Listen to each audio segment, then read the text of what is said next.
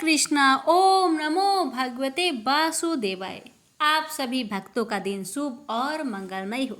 भक्तों, आज है जेठ महीने की चतुर्दशी तिथि और दिन है सोमवार। वह पावन दिन जो भगवान शिव को अति प्रिय है। इस वीडियो में आप सुनेंगे सोमवार व्रत की पुण्य कथा, साथ ही जेठ मास की कथा अध्याय 28 और अंत में आपको एक दिव्य पुराण कथा भी सुनाने जा रहे हूँ जो ईश्वर की महिमा से जोड़ देती है। तो मन वचन और ध्यान से कथा का श्रवण कीजिए। जय भोलेनाथ।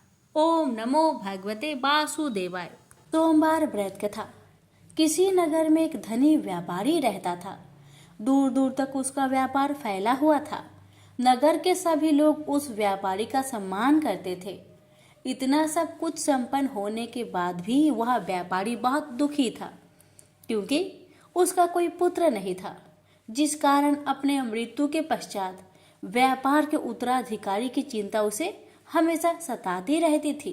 पुत्र प्राप्ति की इच्छा से व्यापारी प्रत्येक सोमवार भगवान शिव का व्रत पूजा किया करता था और शाम के समय शिव मंदिर में जाकर शिव जी के सामने घी का दीपक जलाया करता था। उसकी भक्ति देखकर माँ पार्वती प्रसन्न हो गई और भगवान शिव से उस व्यापारी की मनोकामना पूर्ण करने का निवेदन किया। भगवान शिव बोले, इस संसार में सबको उसके कर्म के अनुसार फल की प्राप्ति होती है। जो प्राणी जैसा कर्म करते हैं उन्हें वैसा ही फल प्राप्त होता है।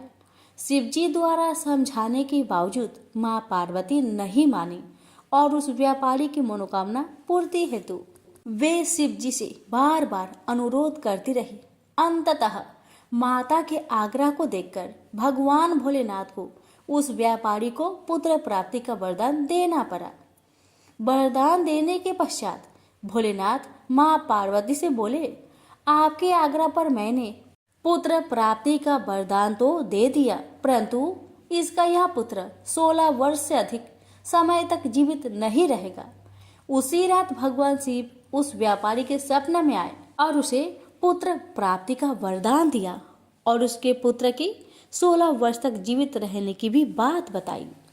भगवान के वरदान से व्यापारी को खुशी तो हुई, लेकिन पुत्र की अल्पायु की चिंता ने उस खुशी को नष्ट कर दिया।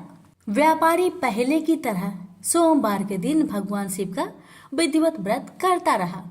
कुछ महीनों के बाद उसके घर एक अति सुंदर बालक ने जन्म लिया और घर में खुशियां ही खुशियां भर गई। बहुत धूमधाम से पुत्र जन्म का समारोह मनाया गया, परंतु व्यापारी को पुत्र जन्म की अधिक खुशी नहीं हुई, क्योंकि उसे पुत्र की अल्प आयु के रहस्य का पता था। जब पुत्र 12 वर्ष का हुआ तो व्यापारी ने उसे उसके मामा के साथ पढ़ने के लिए बनारसी भेज दिया।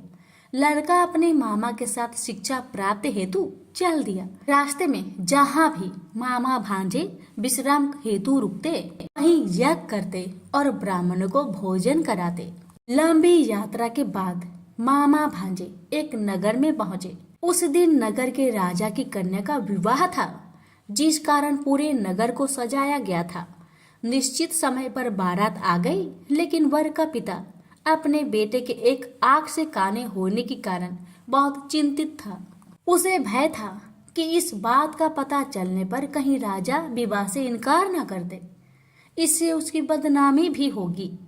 जब वर के पिता ने व्यापारी के पुत्र को देखा तो उसके मस्तिष्क में एक विचार आया। उसने सोचा, क्यों ना इस लड़के को दुल्हा बनाकर राजकुमारी से विवाह करा दूं। विवाह के बाद इसको धन देकर विदा कर दूंगा और राजकुमारी को अपने नगर ले जाऊंगा। वर के पिता ने लड़के के मामा से इस संबंध में बात की। मामा ने धन मिलने की लालच में वर के पिता की बात को स्वीकार कर ली। लड़के को दूल्हे का वस्त्र पहनाकर राजकुमारी से विवाह कर दिया गया। राजा ने बहुत सारा धन देकर राजकुमारी को विदा किया।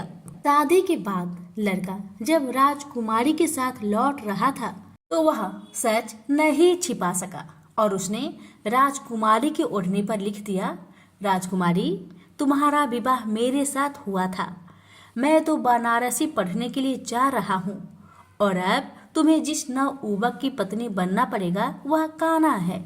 जब राजकुमारी ने अपनी ओढ़नी पर लिखा हुआ पढ़ा तो उसने काने लड़के के साथ जाने से इनकार कर दिया। राजा को जब ये सब बातें पता लगी तो उसने राजकुमारी को महल में ही रख लिया। उधर लड़का अपने मामा के साथ बनारसी पहुंच गया और गुरुकुल में पढ़ना शुरू कर दिया। जब उसकी आयु 16 वर्ष की हुई तो उसने यज्ञ किया। यज्ञ की समाप्ति पर ब्राह्मणों को भोजन करवाया और खूब अन्य वस्त्र दान किए। रात को वह अपने शयन कक्ष में सो गया। शिव के वरदान के अनुसार शयन अवस्था में ही उसके प्राण पेखरू उड़ गए। सूर्योदय पर मामा मृत भांजे को देखकर रोने पिटने लगा। आसपास के लोग भी एकत्र होकर दुख प्रकट करने लगे। लड़के के मामा के रोने विलाप करने के स्वर समीप से गुजरते हुए भगवान शिव और माता पार्वती ने भी सुने। माता पार्वती ने भगवान से कहा, प्राणनाथ, मुझे इसके रोने का स्वर सहन नहीं हो रहे, आप इस व्यक्ति के कष्ट को अवश्य दूर करें।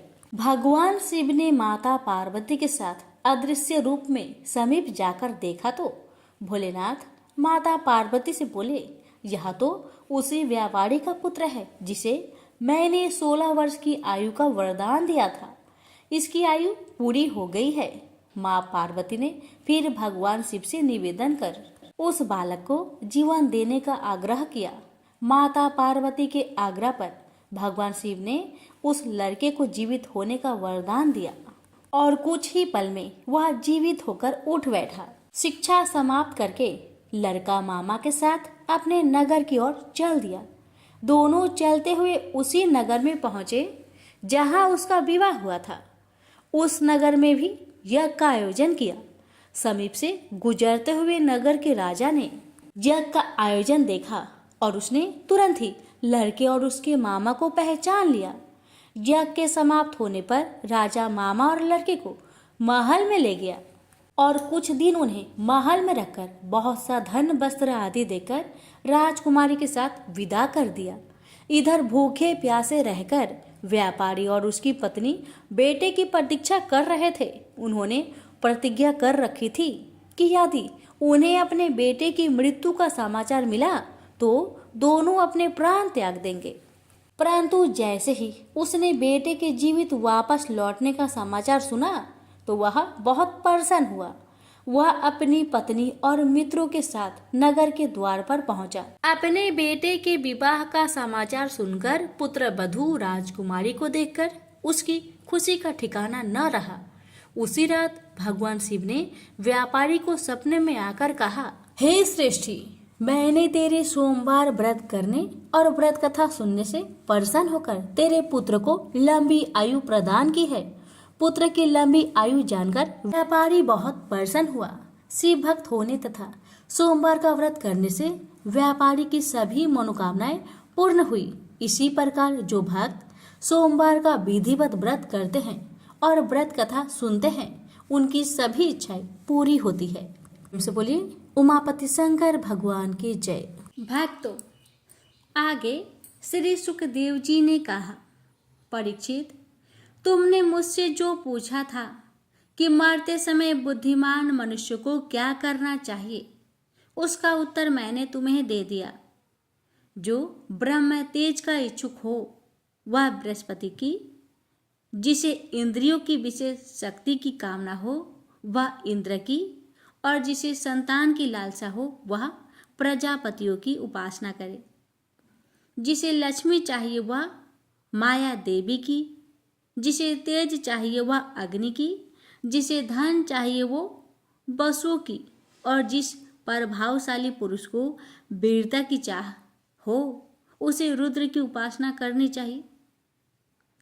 जिसे बहुत अन्न प्राप्त करने की इच्छा हो वह अदिति का, जिसे स्वर्ग की कामना हो वह अदिति के पुत्र देवताओं का, जिसे राज्य की अभिलाषा हो वह विश्व देवों का, और जो प्रजा को अपने अनुकूल बनने की इच्छा रखता है उसे साध्य देवताओं का आराधना करना चाहिए।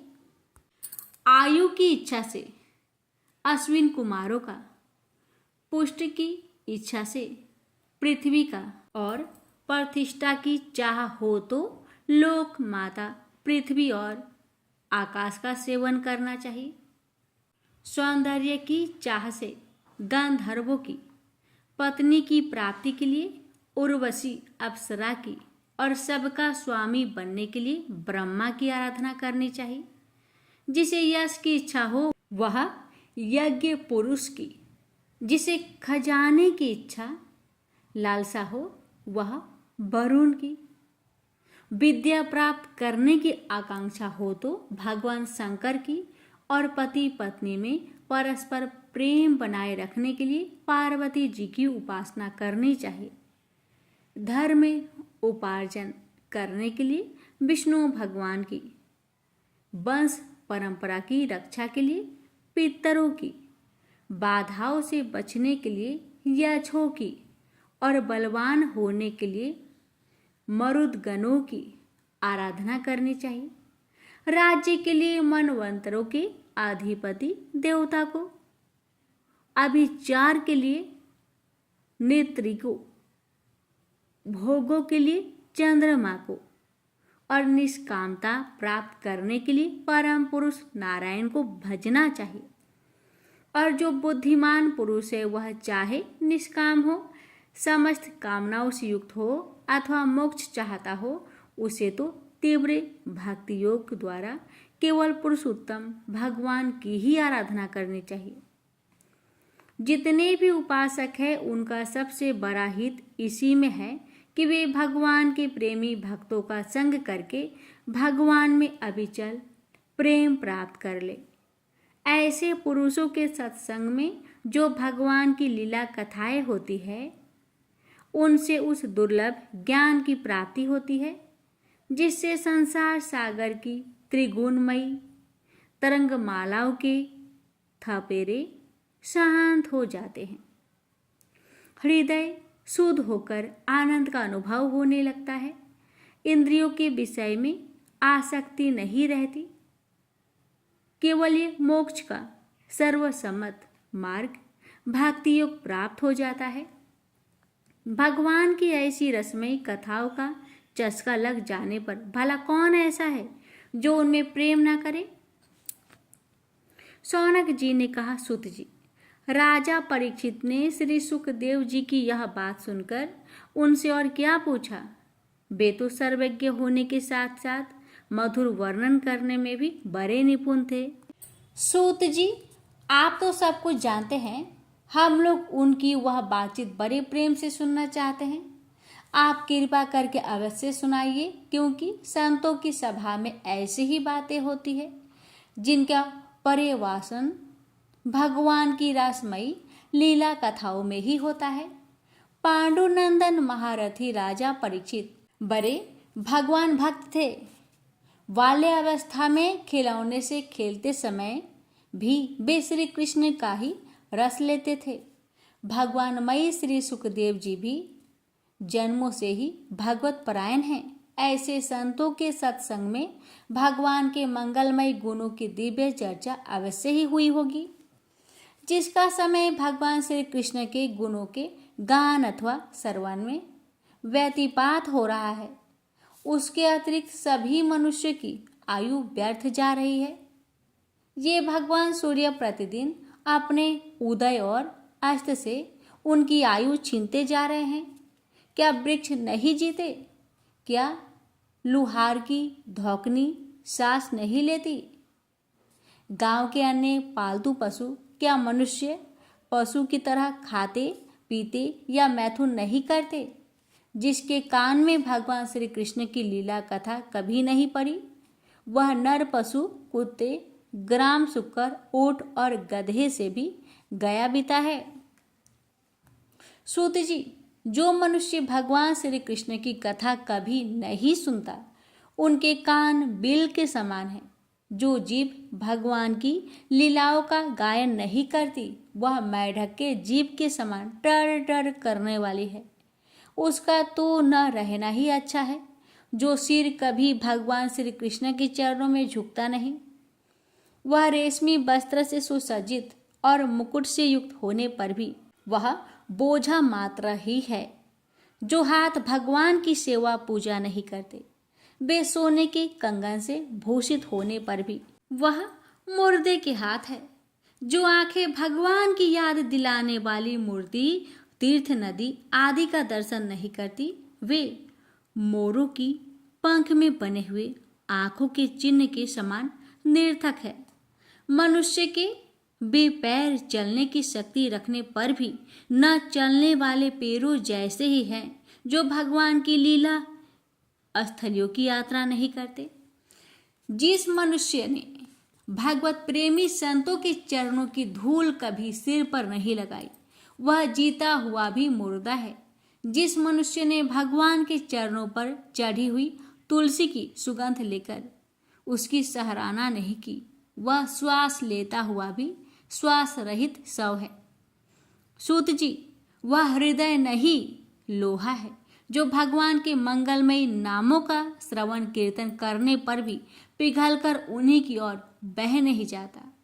जिस समय हृदय पिघल जाता है, वह समय नेत्र में आंसू छलकने लगते हैं और शरीर का रोम रोम खिल उठता है। प्रिय सुत जी, आपकी वाणी हमारे हृदय को मधुरता से भर देती है। इसलिए भगवान के परम भक्त आत्मविद्या विशारद श्री सुखदेव जी ने परीक्षित के सुंदर प्रश्न करने पर जो कुछ कहा, वह संवाद आप कृपा करके हम लोगों को सुनाइए। प्रेम से बोलिए हरे कृष्णा। प्यारे भक्तों, आज की यह अध्याय यहीं पर समाप्त होती है। इसकी आगे की प्रसंग आप अगले वीडियो में अवश्य सुनिएगा। प्रेम से बोलिए हरे कृष्णा। विष्णु पुराण कथा भाग 5 और 6। भगवान विष्णु ने जय और विजय से कहा, महामुनियों का श्राप झूठा साबित नहीं हो सकता। तुम दोनों मेरे प्रति मैत्री भाव रखते हुए 7 जन्मों में तर जाना चाहते हो, या मेरे साथ देश करते हुए शत्रु बनकर 3 जन्मों तक मेरे हाथों मृत्यु को पाकर यहाँ पर आना चाहते हो। इस पर जय और विजय ने 3 ही जन्मों के बाद विष्णु के सान्निध्य को पाने का वरदान मांग लिया। जय विजय की कामना की प्रसंग करते हुए सनकादि मुनियों ने विष्णु से कहा, भगवान, हमने यह रहस्य अभी जान लिया कि आपकी दृष्टि में राग देश दोनों बराबर है, और जो लोग आपसे देश करते हैं वो आपके और निकट हो जाते हैं। आपके द्वारपालों को जल्दबाजी में हमने श्राप दिया, हम अपनी करनी पर पछता रहे हैं, कृपया हमें क्षमा कीजिए। इसके बाद वे लक्ष्मी नारायण की स्तुति करते हुए वहां से चले गए। इसके बाद जय और विजय कश्यप प्रजापति की पत्नी दीति के गर्भ से हिरण्यकश्यप और हिरण्याक्ष के रूप में पैदा हुए। वे दोनों भाई बड़े पराक्रमी बन गए। घोर तपस्या करके ब्रह्मा को प्रसन्न कर उनसे वरदान प्राप्त किए और विष्णु के प्रति देश करने लगे। हिरण्यकश्यप ने राक्षसों का राजा बनकर विष्णु का सामना करने का निश्चय किया। हिरण्याक्ष ने विष्णु को कुपित करने के लिए अनेक अत्याचार किए और पृथ्वी को लुढ़काते लुढ़काते रसातल समुद्र में ढकेल दिया। पृथ्वी रसातल समुद्र में डूब गई। भूदेवी ने विष्णु की स्मृति करके अपना उद्धार करने की प्रार्थना की। विष्णु ने भूदेवी पर अनुग्रह करके 10 अवतारों में से तीसरा वारा अवतार लिया। ब्रह्मा के होम करते समय यज्ञ कुंड से शुभ्र कांति मंडित एक कण निकल आया और बढ़ते बढ़ते उसने जंगली सुअर का रूप धारण कर लिया। जब उस सुअर को विष्णु का अवतार मानकर ब्रह्मा आदि देवताओं ने यज्ञ बरा, श्वेत बारा और आदि वरा के रूप में उनकी स्तुति की। यज्ञवरा ने बढ़ते बढ़ते विशाल रूप धारण कर लिया। उसके पैर बलिष्ठ थे, उसका चमड़ा इस्पात जैसा कठोर था, वज्र जैसे उसके जबड़े थे, उसकी आँखों से अरुण कांति आ रही थी, उसके रोए स्वर्ण जैसे चमक रहे थे। वह सारे विश्व को बुझाते हुए हुक्कार कर उठा। उसके माथे पर खड्डक जैसा सिंह दमक रहा था।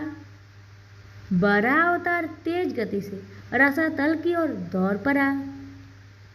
उसकी गति से सारी दिशाएं हिल उठी। प्रलयकालीन आंधी चलने लगी। यज्ञवरा ने रसातल समुद्र के भीतर डूबी हुई पृथ्वी को अपने सींग से ऊपर उठाया। उसी समय हिरण्याक्ष ने वरुण पर हमला करके युद्ध के लिए उसे ललकारा।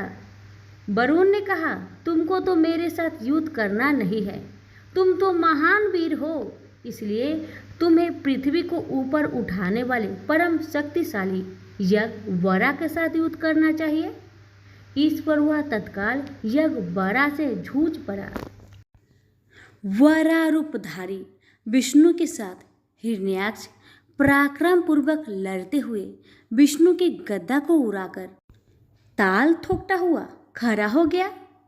विष्णु ने उसके युद्ध कौशल की प्रशंसा की और उन्होंने फिर से गदा को अपने हाथ में धारण किया। इसके बाद उन दोनों के बीच भयंकर संग्राम छिड़ गया। अंत में वराह अवतार ने अपने सिंह के वार से हिरण्याक्ष को मार डाला। वराह अवतार रूपधारी विष्णु को भूदेवी ने वर लिया। वराह मूर्ति ने भूदेवी को उठाकर अपनी जांघ पर बैठा लिया। ब्रह्मा आदि देवताओं ने उन पर फूलों की वर्षा की और जगतपति के रूप में अनेक प्रकार से उनकी स्तुति की। वराह अवतार लेकर अपने छोटे भाई का वध करने वाले विष्णु से बदला लेने के संकल्प से हिरण्यकश्यप ने ब्रह्मा से वरदान प्राप्त करना चाहा। इस विचार से वह ब्रह्मा को प्रसन्न करने के लिए तपस्या करने चला गया। उस समय उसकी पत्नी लीलावती गर्भवती थी। लीलावती के गर्भ को विच्छिन्न करने के लिए इंद्र ने महाजाल रचा। उसको बंदी बनाकर आकाश मार्ग से ले जाने लगा। उस वक्त नारद उनसे मिलकर बोले, इंद्र, आप कैसा अन्याय करने जा रहे हैं? आप अपने प्रयत्न को छोड़ दीजिए। सदा सर्वदा हिरण्यकश्यप ईर्ष्या वसु विष्णु का स्मरण किया करता है। इस कारण लीलावती की गर्भ में बढ़ने वाले शिशु को विष्णु का स्मरण करने की आदत पड़ गई है। विष्णु के प्रति हिरण्य का देश उस शिशु के अंदर भक्ति के रूप में परिणत हो गया है। लीलावती महान विष्णु भक्त को जन्म देने वाली है, इसलिए आप लीलावती को मुक्त करके अपने धाम को चले जाइए। सो समझाकर नारद लीलावती को अपने आश्रम में ले गए। आश्रम में नारद दार्शनिक बातें के साथ साथ विष्णु के गुणों का भी वर्णन करते जा रहे थे। उस समय लीलावती की गर्भ में स्थित शिशु बड़े ध्यान से सुना करता था। कालांतर में लीलावती ने एक पुत्र को जन्म दिया। हिरण्यकश्यप ने घोर तपस्या करके ब्रह्मा को प्रसन्न किया। ब्रह्मा ने उसे वर मांगने को कहा। इस पर उसने ऐसे अनेक वर मांगे जिसके कारण उसकी मृत्यु पृथ्वी या आकाश, दिन या रात, घर या बाहर, पशु या मानव, देवता या किसी अन्य प्राणी के द्वारा न हो। साथ ही सृष्टि के किसी जीवधारी के द्वारा भी उसकी मृत्यु न हो। ऐसे अनेक वर उसने ब्रह्मा से प्राप्त किए। ब्रह्मा से वर पाकर हिरण्यकश्यप जब विजय गर्भ से लौट रहा था तो रास्ते में नारद ने सारा वृत्तांत सुनकर उनके आश्रम में पहुंचा और अपने पुत्र का नाम प्रहलाद रखा। इसके बाद पत्नी और पुत्र के साथ राजधानी लौट गया। हिरण्यकश्यप ने सबसे पहले इंद्र से बदला लेना चाहा। उसने स्वर्ग पर हमला करके इंद्र के सिंहासन पर अधिकार कर लिया। सारी दिशाओं पर विजय प्राप्त करके दिक्पालों को अपने अधीन कर लिया। देवताओं को खूब सताया। जब सची देवी का अपमान करना चाहा, लीलावती उसे रोक लिया। फिर भी उसका क्रोध जब शांत न हुआ तो उसने मुनियों के आश्रम को जला दिया। विष्णु भगवान के भक्तों पर अत्याचार करना प्रारंभ कर दिया। अंत में विष्णु का सामना करना ही अपना लक्ष्य मानकर उनको भड़काने की कोशिश करने लगा। फिर भी विष्णु से कहीं उसकी मुलाकात न हुई। अंत में वह बैकुंठ पर चढ़ाई कर बैठा। वहां पर भी उसको विष्णु दिखाई नहीं पड़े। मुझसे डरकर विष्णु कहीं अदृश्य रूप में छिपे हुए हैं, कायर कहीं के, ऐसा कहते हुए हिरण्यकश्यप अपनी राजधानी को लौट आया। प्रहलाद उम्र के बढ़ने के साथ विष्णु का ध्यान करने लगा। हिरण्यकश्यप यह सोचकर चिंता में डूब गया कि ऐसा वंशद्रोही उसके यहाँ कैसे पैदा हो गया। प्रहलाद का विद्या अभ्यास कराने के लिए हिरण्यकश्यप ने उसको अपने गुरुपुत्र चंड और मार्क के हाथ में सौंप दिया। प्रहलाद ने गुरुकुल में हरि का ध्यान करते हुए अपनी विद्या समाप्त की। अपने सहपाठियों में भी विष्णु भक्ति का प्रचार करके उसके मन में मुक्ति मार्ग की प्राप्ति अभिरुचि पैदा कर दी। विद्या की समाप्ति पर चंड और मार्क प्रहलाद को हिरण्यकश्यप के हाथ सौंपने के लिए आए। हिरण्यकश्यप ने अपने पुत्र को प्रेम से जांग पर बैठाया और पूछा, बेटा, तुमने अपनी विद्या का परिचय कराने वाला एक पद सुनाओ। प्रहलाद ने अपनी मधुर कंठ से एक पद में गाकर सुनाया, जिसका अर्थ था, मैंने अपने गुरु जी से सारी विद्याएं पूर्ण रूप में सीख ली है। उन सभी विद्याओं में श्रेष्ठ विद्या विष्णु के प्रति चित्त लगाना है। विष्णु का स्मरण करने से प्रत्येक व्यक्ति का जन्म सार्थक हो जाता है। प्रहलाद के मुख से ये बातें सुनकर हिरण्यकश्यप क्रोध से कांप उठा और उसको अपनी जांघ पर से नीचे ढकेल दिया। तब गुरुओं से पूछा, क्या आपने हमारे पुत्र को यही शिक्षा दी है? चंड और मार्ग दोनों थर थर कांपते हुए बोले, राजन, इसमें हमारा कोई दोष नहीं है, आप हम पर नाराज ना होइए। ऐसा कहते हुए गुरुकुल में प्रहलाद के व्यवहार का परिचय दिया। हिरण्यकश्यप ने अपने पुत्र को समझाया, विष्णु ने सूअर का रूप धरकर तुम्हारे चाचा का संहार किया। वह हमारे राक्षस कुल का परम शत्रु है। विष्णु का स्मरण करना हमारे वंश का अपमान करना है। वह अक्षम्य अपराध है। तुम उसका स्मरण करना छोड़ दो। प्रहलाद ने शांत स्वर में कहा, पिताजी, आप दानव के राजा हैं। मुझको श्राप देने में भी आपको संकोच नहीं करना चाहिए। लेकिन मैं क्या करूं? जैसे लोहे का टुकड़ा चुंबक की ओर आकर्षित हो जाता है, वैसे ही मेरा मन भी विष्णु की ओर खींचा हुआ है। जैसे भ्रमर कमल को भूल नहीं सकता है, वैसे मैं भी विष्णु को भूल नहीं सकता।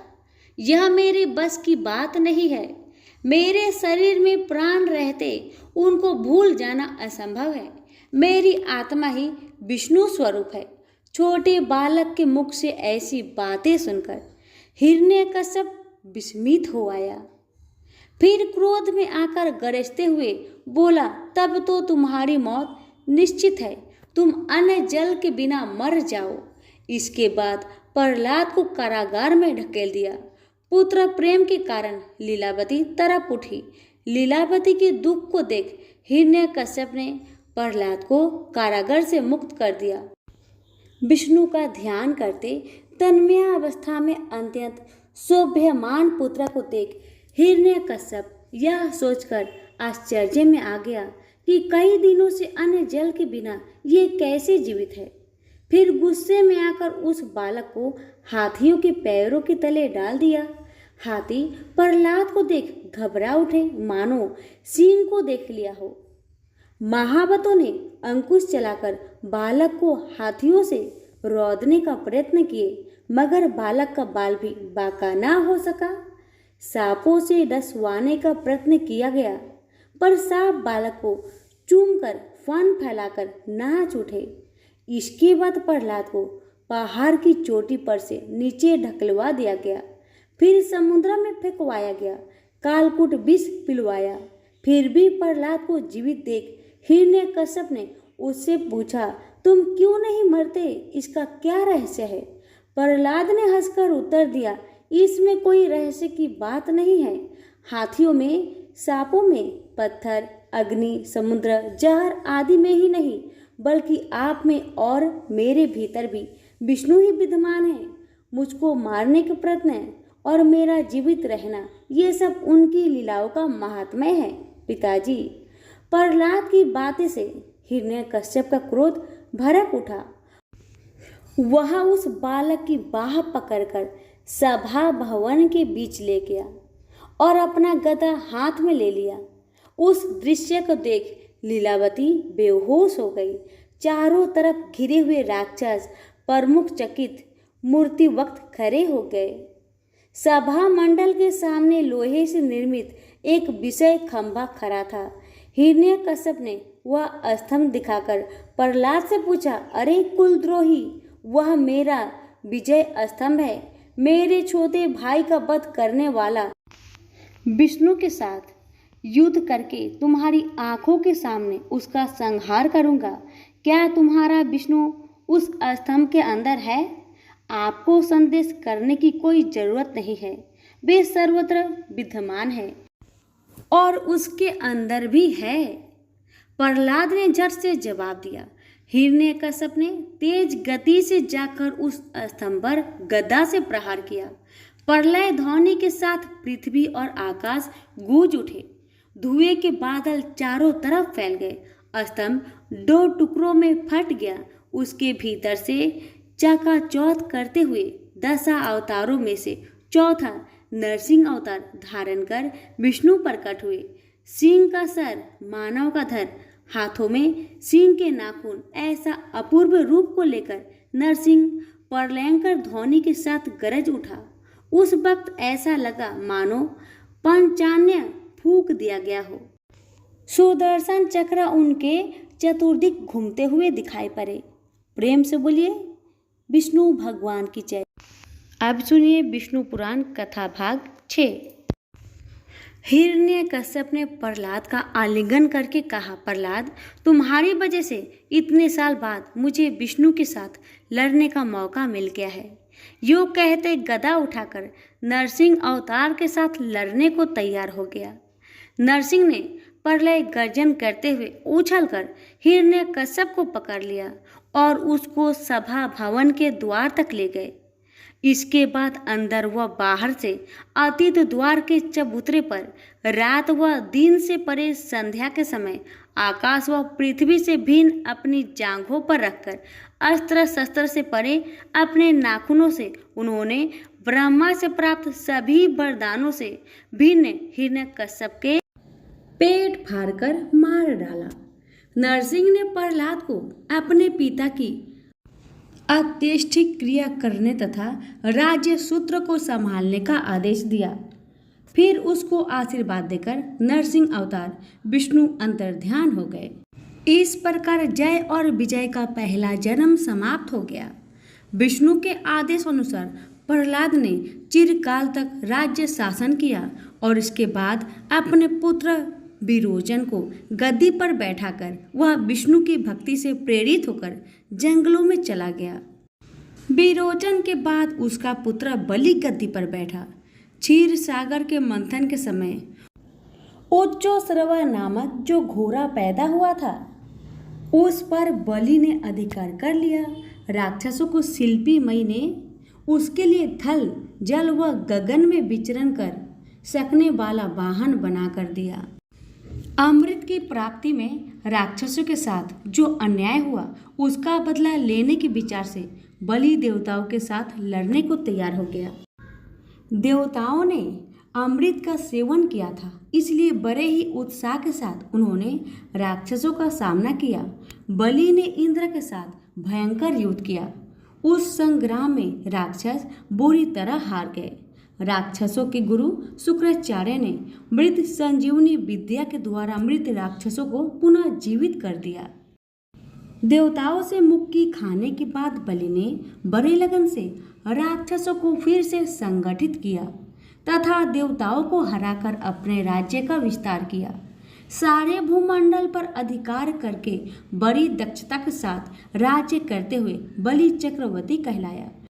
शुक्राचार्य ने उसके द्वारा 100 अश्वमेध यज्ञ कराए। इसके बाद बलि ने स्वर्ग पर आक्रमण किया। उसके हमले से घबराकर स्वर्ग के निवासी देवता जंगलों में भाग गए।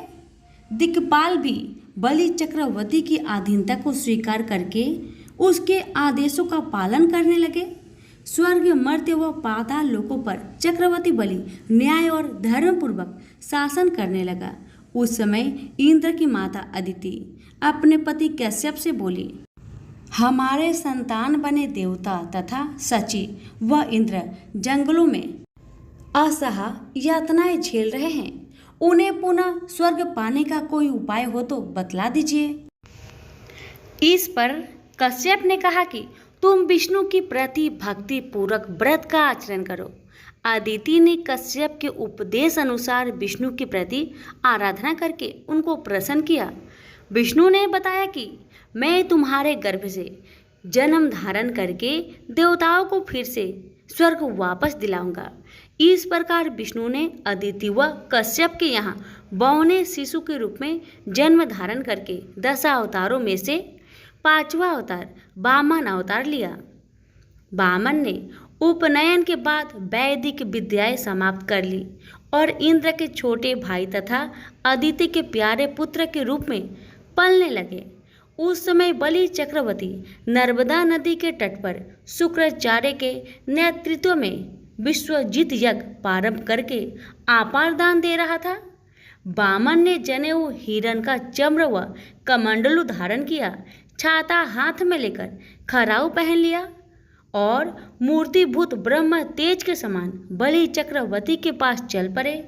छोटे छोटे डग भरने वाले वामन को देख यज्ञशाला में एकत्रित सभी लोग प्रसन्न हो उठे।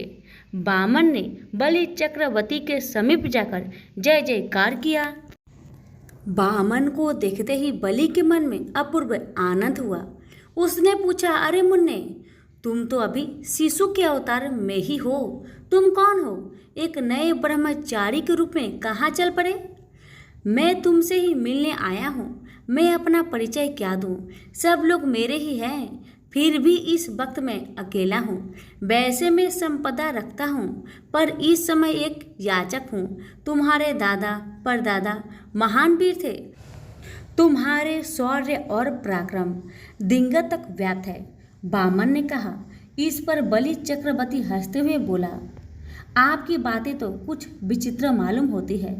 आप शौर्य और पराक्रम की चर्चा कर रहे हैं, युद्ध करने की प्रेरणा तो नहीं देंगे ना?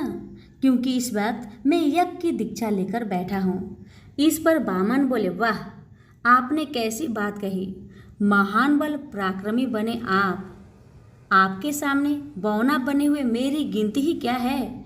आपका यह सुनकर याचना करने आया हूँ। अच्छी बात है, मांग लीजिए। आप जो भी मांगे वही देने का मैं वचन देता हूँ।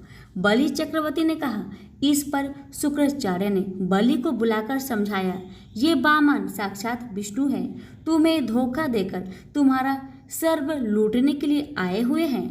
तुम्हें उन्हें किसी प्रकार का दान नहीं देना चाहिए।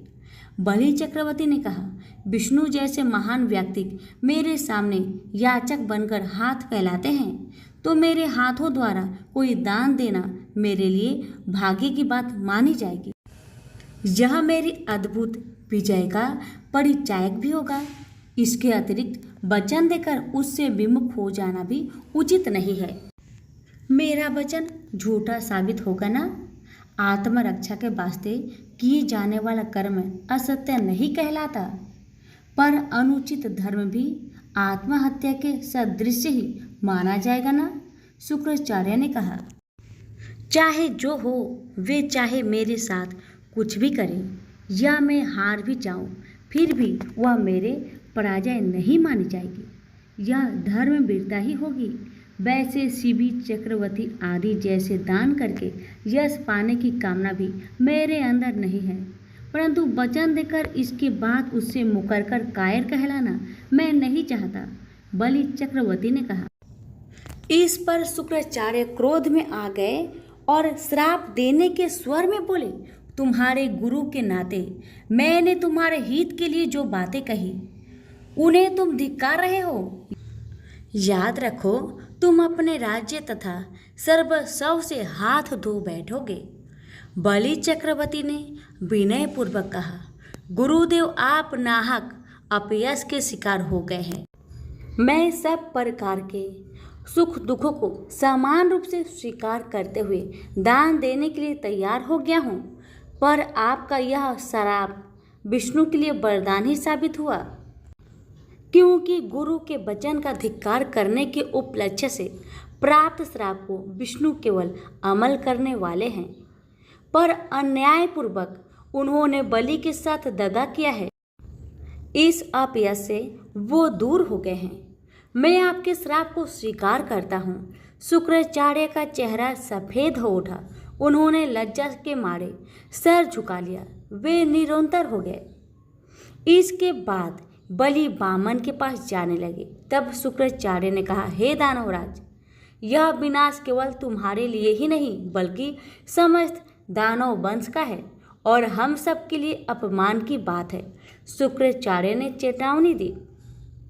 यही नहीं बल्कि एक दानव ने न्यायपूर्ण शासन किया है, धर्म का पालन किया है और विष्णु को भिक्षा दी है। इस प्रकार समस्त दानव वंश के लिए यश का भी तो कारण बन सकता है। बलि कहकर वामन के पास पहुँचे। इसके बाद बलि चक्रवर्ती की पत्नी विंध्यावली स्वर्ण कलश में जल ले आई। स्वर्ण थाल में वामन के चरण धोए। उस जल को बलि ने अपने सिर पर छिड़क लिया। तब बोले, हे वामन रूपधारी, आप जैसे महान व्यक्ति का मेरे पास दान के लिए पहुंचना मेरे पूर्व जन्म के पुण्य का फल है। आप जो कुछ चाहते हैं मांग लीजिए। रत्न, स्वर्ण महल, सुंदरिया, क्षय क्षेत्र, साम्राज्य, सर्वस्व, यहाँ तक कि मेरा शरीर भी आपके वास्ते प्रस्तुत है। महाबली, तुमने जो कुछ देना चाहा उनको लेकर मैं क्या करूँगा? मैं तो हिरण का चमड़ा बिछाए ब्रह्मनिष्ठा करना चाहता हूँ। इस वास्ते मेरे लिए 3 कदम की जगह पर्याप्त है। ये 3 कदम तुम्हारे दिक्कतों तक फैले साम्राज्य में अत्यंत अल्प मात्रा है, फिर भी मेरे लिए यह तीनों लोगों के बराबर है। वामन ने कहा, वे 3 कदम ही ले लो। यो कहकर बलि ने अपने जल कलश से जल लुटकाकर दान करना चाहा, पर उसमें से जल न निकला। शुक्राचार्य ने सूक्ष्म रूप में जल कलश की सूंड में छिपे रहकर जल को गिरने से रोका रखा था। इस पर वामन ने दाब का तिनका निकालकर जल कलश की सूंड में घुसेड़ दिया। शुक्राचार्य अपनी एक आंखें खोकर काना बन गया। इस पर वह हट गया। तब जलधारा बलि चक्रवर्ती के हाथों से निकलकर वामन की अंजलि में गिर गई। दान विधि के समाप्त होते ही बलि चक्रवर्ती ने कहा, अब आप द्वारा अपने चरणों से मापकर 3 कदम जमीन प्राप्त करना ही शेष रह गया है। वामन ने झट इधर उधर घूमकर विश्वरूप धारण किया। लंबे चौड़े एक ऊंचाई के साथ नीचे, मध्य व ऊपर माने जाने वाले तीनों लोकों पर व्याप्त हो गए। एक डग से उन्होंने सारी पृथ्वी को माप लिया। तेरे विक्रम विष्णु की चरण की छाया में सारे भूतल पर भर के लिए गहन अंधकार छा गया। इसके बाद आकाश को माप लिया।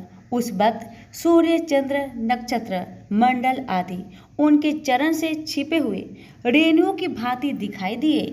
तब ब्रह्मा ने अपने कमंडलू के जल से विष्णु की चरणों का अभिषेक किया। विष्णु के चरण से फिसलने वाला जल आकाश गंगा का रूप धरकर स्वर्ग में मंदाकिनी के रूप में प्रवाहित हुआ। वामन रूपी त्रिविक्रम ने बलि से पूछा, हे बलि चक्रवर्ती, बताओ मैं तीसरा कदम कहाँ रखूं? हे त्रिविक्रम, लीजिए यह मेरा सिर, इस पर अपना चरण रखिए। यो कहकर बलि चक्रवर्ती ने अपना सिर झुका लिया। इस पर विष्णु ने अपने विश्व रूप को वापस ले लिया। फिर से वामन बनकर बलि के सर पर चरण रखकर बोले, बलि, पृथ्वी तथा आकाश को पूर्ण रूप से मापने वाला यह मेरा चरण तुम्हारे सर को पूर्ण रूप से माप नहीं पा रहा है। उस समय प्रहलाद ने वहां प्रवेश कर कहा, भगवान, मेरा पोता आपका शत्रु नहीं है, उस पर अनुग्रह कीजिए। बलि चक्रवर्ती की पत्नी विंध्यावली ने कहा, बामनवर, मेरे पति का किसी भी प्रकार से अहित ना हो ऐसा अनुग्रह कीजिए। बहन, आपके पति के लिए हानि पहुंचाना किसी के लिए भी संभव नहीं है, इसलिए तो मैंने याचक बनकर उनसे दान लिया है। इनका धार्मिक बल ही कुछ ऐसा है। यो समझाकर बामन प्रहलाद की ओर मुड़कर बोले, जानते हो बलि मेरे लिए कितना प्रिय व्यक्ति है। यह कहते बामन विष्णु की संपूर्ण कलाओं के साथ शोभित हो लंबे वैत्र दंड समेत दिखाई दिए। हे बलि चक्रवर्ती, तुम्हारी समता करने वाला आज तक कोई न हुआ और न होगा। आदर्शपूर्ण शासन करने वाले चक्रवर्तियों में मैं तुम्हारा ही नाम प्रथम होगा। मैं तुम्हें सूतल में भेज रहा हूँ। पाताल लोकों के अधिपति बनकर शांति एवं सुख के साथ चिरंजीवी बनकर रहोगे। तुम्हारी पत्नी तथा तुम्हारा दादा प्रहलाद भी तुम्हारे साथ रहेगा। मैं तुम्हारे सूतल द्वार का इसी प्रकार दंड पानी बनकर तुम्हारा रक्षक रहूंगा। यो कहकर वामन अवतार विष्णु अंतर्ध्यान हो गए। तो प्रेम से बोलिए लक्ष्मी नारायण की जय।